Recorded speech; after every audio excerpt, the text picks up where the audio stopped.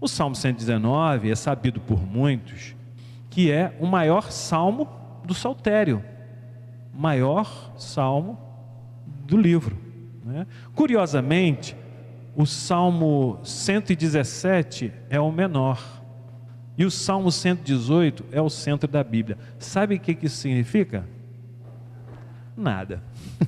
Pode significar alguma coisa para alguém, mas eu não encontrei algum significado aqui, confesso. Mas o 119, com seus 176 versículos, é um cântico. Imagina que a gente cantou aqui quantas canções? 5, 6, não sei, algumas, né? Imagina se a gente canta sem parar, canta. E o Salmo 119 talvez desse aqui umas 10, 12, 15 músicas sem parar. E lembra que esse é um cântico, ou os salmos são cânticos que eram cantados no caminho da peregrinação. O povo ia de um lugar para o outro, ou nas festividades, o povo ia cantando. E imagino que o salmista falou assim: caramba, não dá para cantar 176 versos sem parar. Eu vou cansar minha voz, meu gogó vai falhar, e o povo não vai aguentar. E ele fez aqui esse artifício. Lógico, isso aqui é uma brincadeira que eu faço, né? Mas propositalmente, o salmista usou uma figura que é curiosa para alguns. Opa, deixa eu sair aqui melhor na foto. Show. O salmista, ele fez esse artifício de pausar de tempo em tempo. Ele dizia alguma coisa e pausava, falava uma outra coisa e pausava. Por que fazia isso?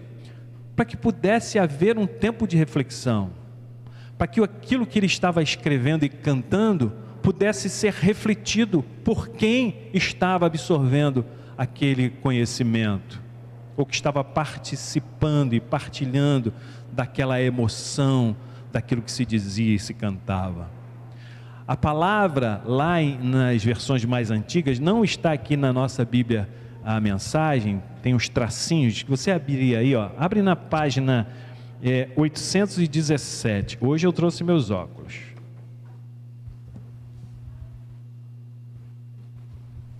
Você tem aí o Salmo 119 e você começa esses primeiros versos, esse primeiro parágrafo, e logo depois tem os risquinhos, né?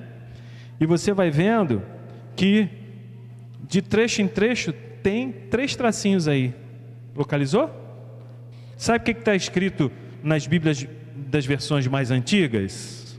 Alguém lembra? Lembra não? Selá.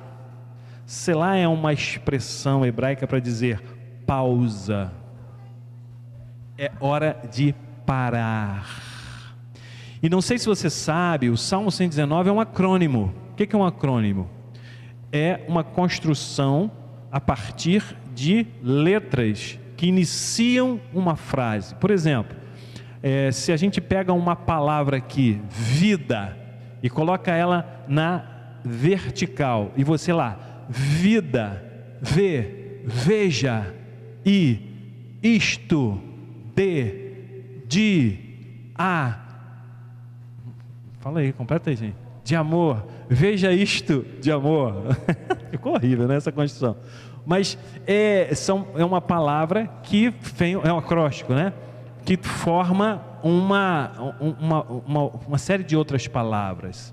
E aqui a gente tem o alfabeto hebraico. Todo o alfabeto hebraico está aqui no Salmo 119. Ou seja, toda a transmissão literal de conhecimento, de sabedoria, de visão de mundo, de cosmovisão, de existência, é comunicada aqui pelo salmista dizendo: de A a Z a gente canta. Canta o quê? Essa presença maravilhosa desse Deus que nos criou, que nos formou e que cuida de nós. Eu chamo a atenção para esse artifício literário, que Jesus chamou a atenção para isso, para os seus discípulos também. Tem um escritor que eu esqueci o nome dele agora, eu estava na ponta da língua para dizer para vocês, mas ele escreveu um livro chamado Margem, e ele dizia que a margem, olha aí a página, sabe o que é margem? É esse espaço aí para fora do texto, do lado, do outro, em cima e embaixo, que não tem escrito nada. Isso é margem. E ele comparou no seu escrito, no seu livro, a nossa vida a um texto, a uma página, em que a gente precisa ter margem. Só que, no mundo em que a gente vive, na nossa cultura de performance, de entrega, de produtividade, de ter que entregar o resultado o tempo inteiro, por vezes, a gente não tem espaço na vida, falta margem. A gente preenche todos os espaços, porque no fim do dia, a grande sensação é, não tenho tempo para nada, não dá tempo, não dá tempo, e a gente preenche todos os espaços com tudo aquilo que está ali na nossa frente. Por vezes, até o entretenimento não é descanso. Não sei se você já passou por isso. Às vezes a gente vai para uma diversão, alguma coisa, a gente se sente cansado depois, com a sensação assim, eu tinha que ter parado. Eu não podia ter assistido mais um episódio dessa série. Maratonar é uma coisa, né? Vou abrir um parênteses aqui. A minha mãe descobriu a Netflix. Eu já contei isso aqui? E aí, mãe, olha só, e ela lá, aos 85 anos, ela bota o meu e-mail, minha senha, sabe de cor, entra, eu falei, caramba, eu fiquei maravilhado, né? E ela descobriu, foi lá, olhou e tal, e descobriu as séries, filmes, ela adora aquelas séries coreanas, né? Olha lá, então olha só, família, não sei o quê. Aí ela está lá, um belo dia, vendo a série, passou, vendo um, vendo o outro.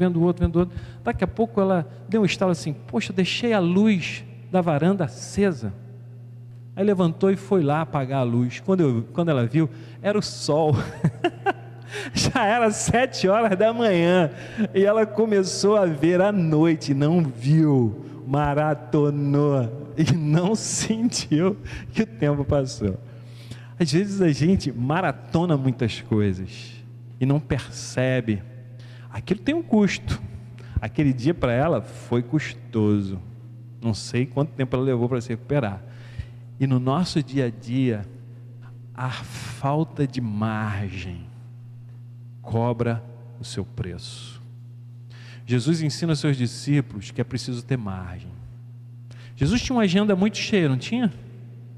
Em 3 anos, se a gente imaginar o que ele fez em 3 anos de ministério, gente, dos 30 aos 33, os 30 anos foi quando ele se apresentou para ter ali o início do seu ministério, foi batizado por João, foi levado para o deserto para ser tentado, e aos 33 anos ele morre.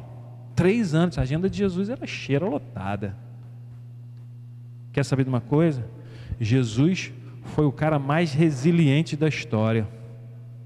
Envergou, mas não quebrou. Estava sempre no seu prumo.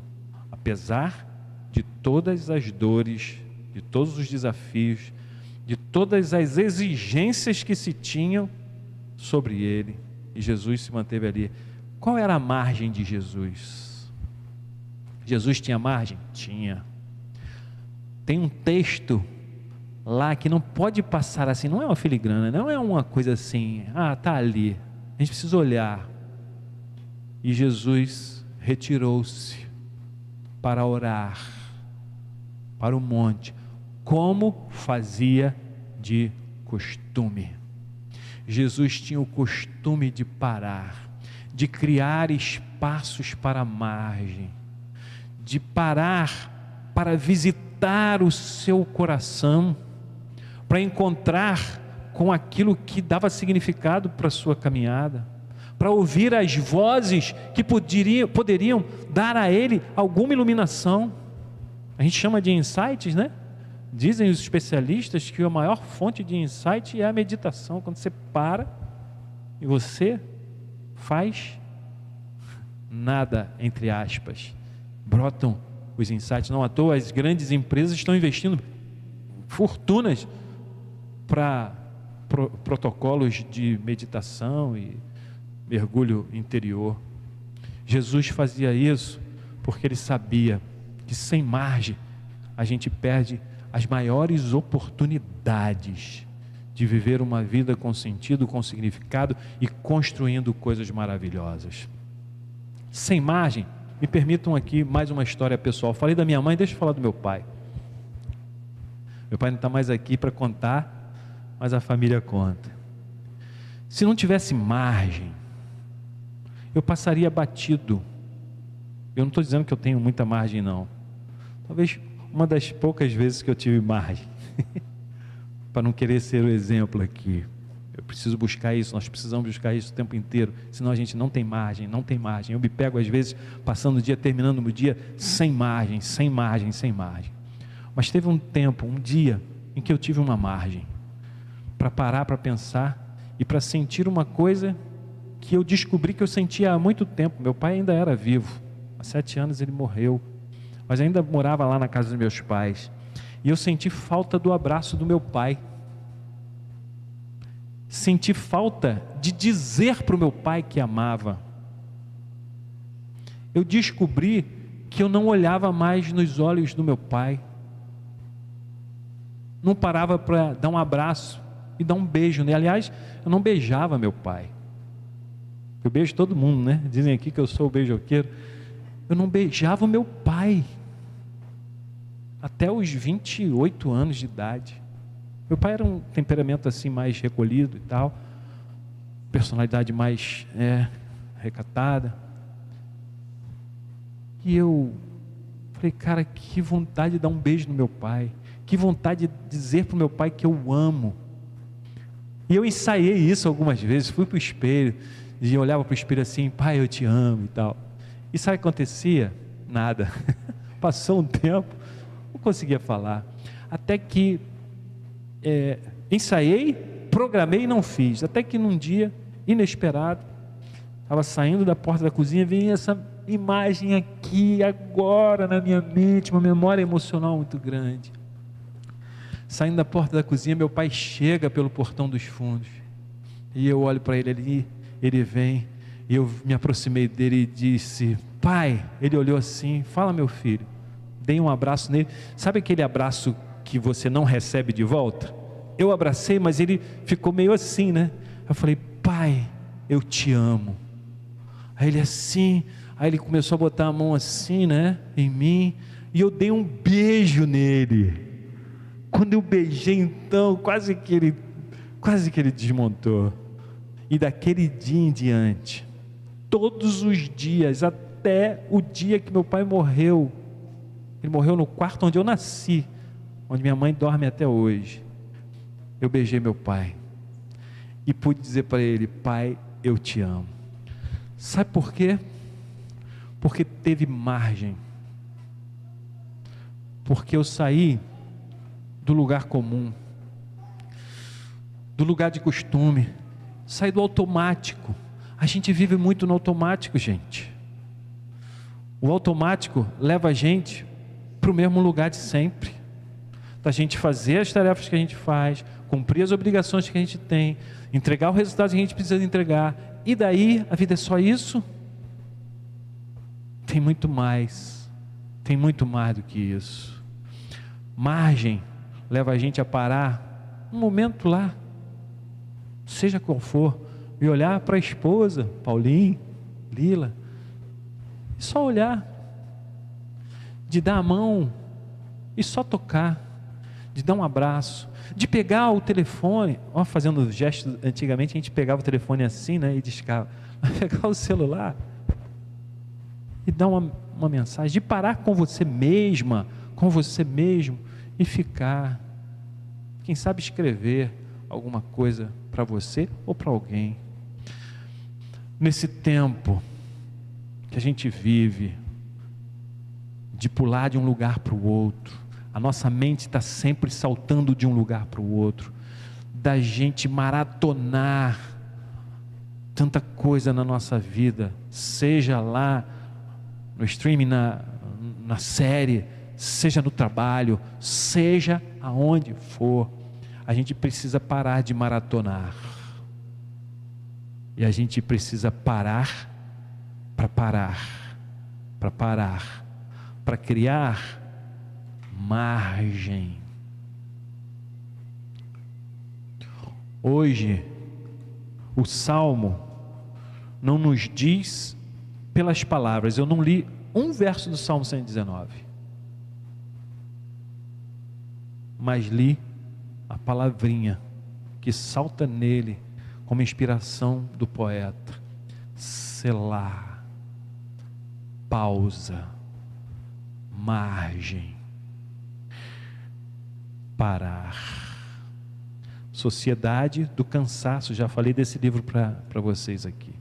A gente vive na sociedade do cansaço. Cansaço para tudo, não tenho tempo para nada. Alguém já escrevia: mentira, a gente tem tempo se a gente dá um tempo. Feche seus olhos por um pouco. Eu e você viemos aqui nessa manhã para cantar, para abraçar, para falar, para ouvir. E que o Espírito de Deus diga para mim e para você, ou traduza de tudo que foi dito, ouvido, aquilo que a nossa alma precisa. Descansa, para, ó minha alma. Descansa, para, ó minha alma.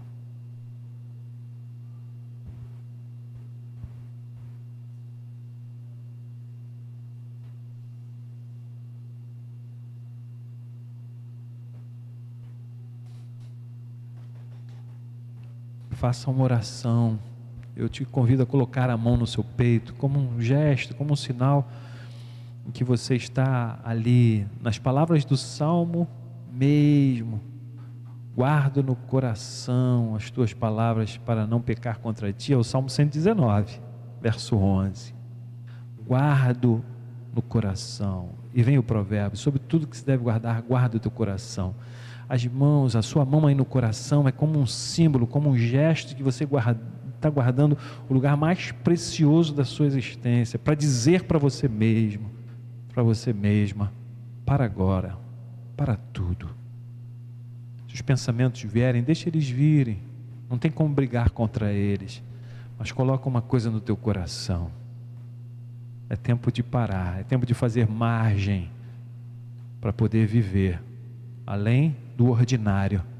Quem sabe o extraordinário passe a ser o ordinário quando você parar. Deus querido, eu quero ministrar aqui na nossa vida, na minha vida, na vida dos meus irmãos, a capacidade de olharmos para a sabedoria dos nossos pais do passado, para os ensinamentos de Jesus, e olhar como referencial para nós, nos inspirando a fazer aquilo que para nós é tão salutar, tão saudável e tão importante. Parar um pouco e não sermos atropelados, não sermos arrastados pela onda da performance, do resultado, do rendimento. Que possamos parar para olhar mais para quem está do nosso lado, para dizer coisas que queremos dizer, o nosso coração quer dizer, e nós não paramos e não conseguimos ter essa oportunidade. Quem sabe para fazer coisas que de verdade dão sentido à nossa vida além das coisas que já temos feito de forma automática.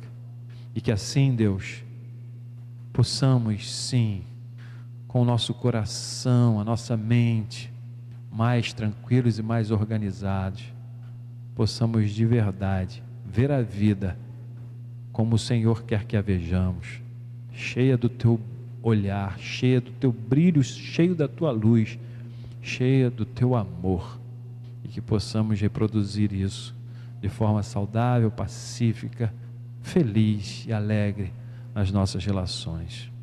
Eu ministro sobre nós que há lugar de margem em cada um de nós, e em nome de Jesus nós vamos começar a encontrar isso nessa semana, a partir dessa semana, daqui para frente, em nome de Jesus.